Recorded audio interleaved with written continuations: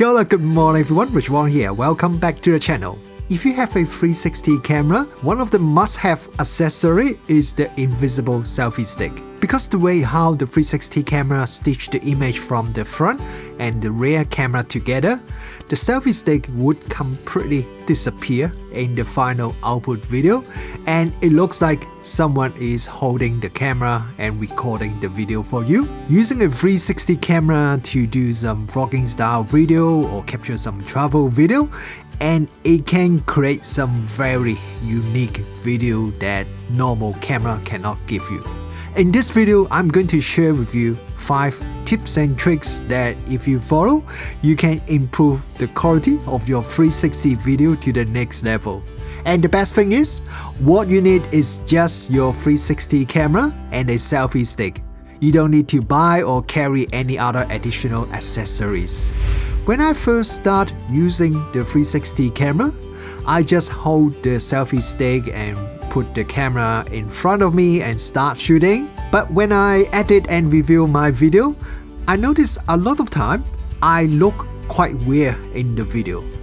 The reason is, each of the camera on the 360 camera can capture over 180 degrees field of view. It means the camera has really ultra wide angle lenses.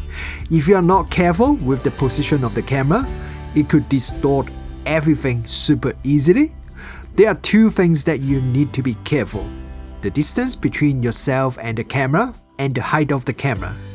Let's talk about the distance first. Now, there's no perfect distance between yourself and the camera because the distance really depends on how you want your video to look like. Some people may want to have your full body in the video, while some other people may want to have a more close-up shot of yourself, maybe just including the head and shoulder. If you want yourself to be bigger in the video, your instance may be, well, I just put the camera closer to myself. But you actually should do the opposite thing.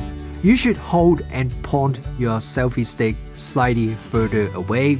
So a distance of about 1 meter or 3 feet between yourself and the camera is a good starting point, but you should give it a try and see what looks the best.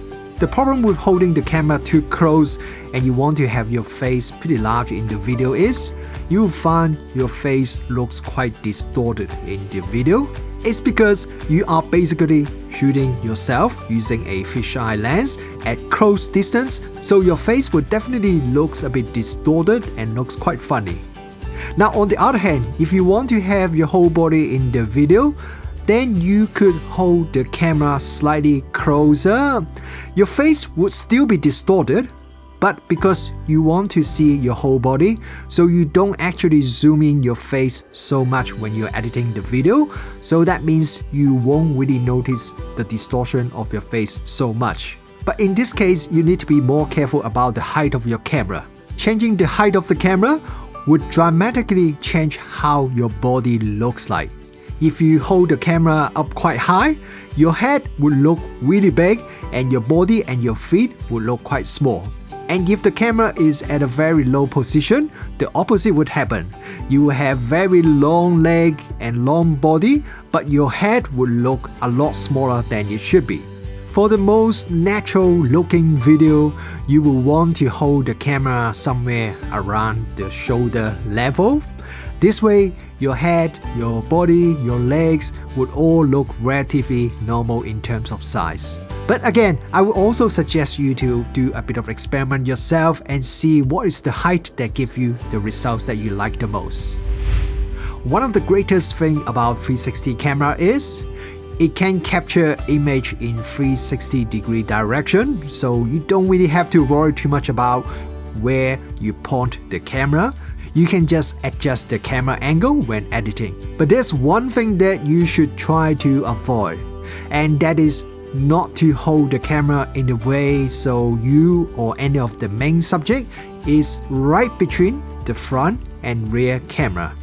It means when you are recording using the 360 camera, you don't want the side of the camera to point exactly directly towards yourself.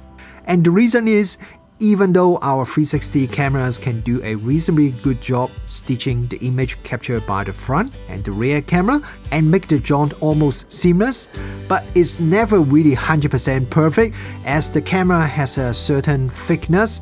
So the area that is right between the two cameras would always have a bit of stitching artifacts. It's usually not very obvious if it's just the background that is far away, but for something that is close to the camera, especially a human being, then we will notice the stitching artifact quite easily. So yes, always try avoid placing the main subject right between the front and rear camera when you're recording using a 360 camera. The coolest thing about using a 360 camera with a selfie stick is that it creates the illusion that you are not holding the camera yourself because of the invisible selfie stick. It looks like someone else is holding the camera. But if you are not careful, the selfie stick could still become visible. When recording on a sunny day, you may see the shadow of yourself and also the selfie stick in the video. Look at the shadow and people can see that you are holding a selfie stick. And the solution is very simple. Always hold the selfie stick in the opposite direction to the sun if you want to avoid having the shadow visible.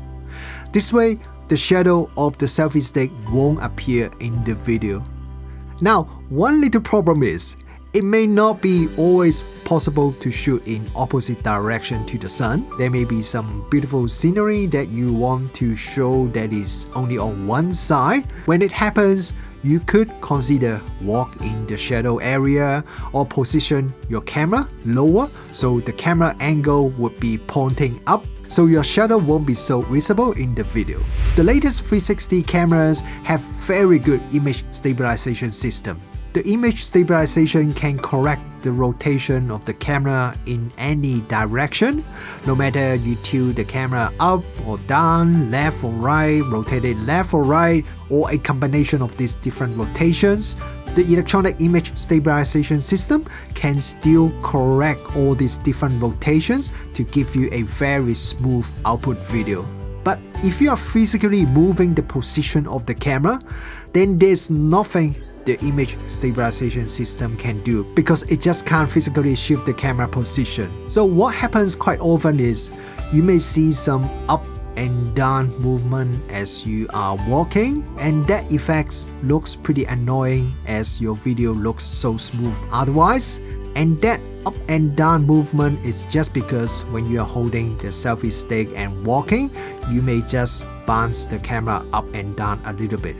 If you are recording in an open area, this is usually not very noticeable, but if you are recording in an indoor space, then it could be quite obvious. The only real solution is you have to be more careful with the selfie stick and minimize any up-down camera movement, and also try to stay a little bit away from any walls to make the up-down movement less obvious. Usually we would hold the selfie stick in front of us when recording using a 360 camera, but you should try and hold the camera behind you to make things look a little bit different. And I would say quite often, shooting from behind is a better camera angle. If you place the camera behind you, while you cannot see your face in the video, your video can show both yourself and where you are walking towards at the same time. A bit like you are playing a third-person view video game. And when you want to hold the camera behind you, usually you would hold it this way. It's quite natural to hold the camera like this. The only thing I don't like is you could kind of see that you are holding the selfie stick in the video. To avoid that, you could hold it like this instead, to have the selfie stick stick out from underneath your arm. This way, you cannot really see you are holding the selfie stick at all in the video, and the video will look more natural. So I would suggest you to give it a try next time when you're out shooting with your 360 camera. Okay, so here are my 5 tips to help you improve the video capture using a 360 camera. If you follow these tips, your video should look much better, looks more professional, and you can create the illusion that you have a personal videographer that helps you record and document your next adventure.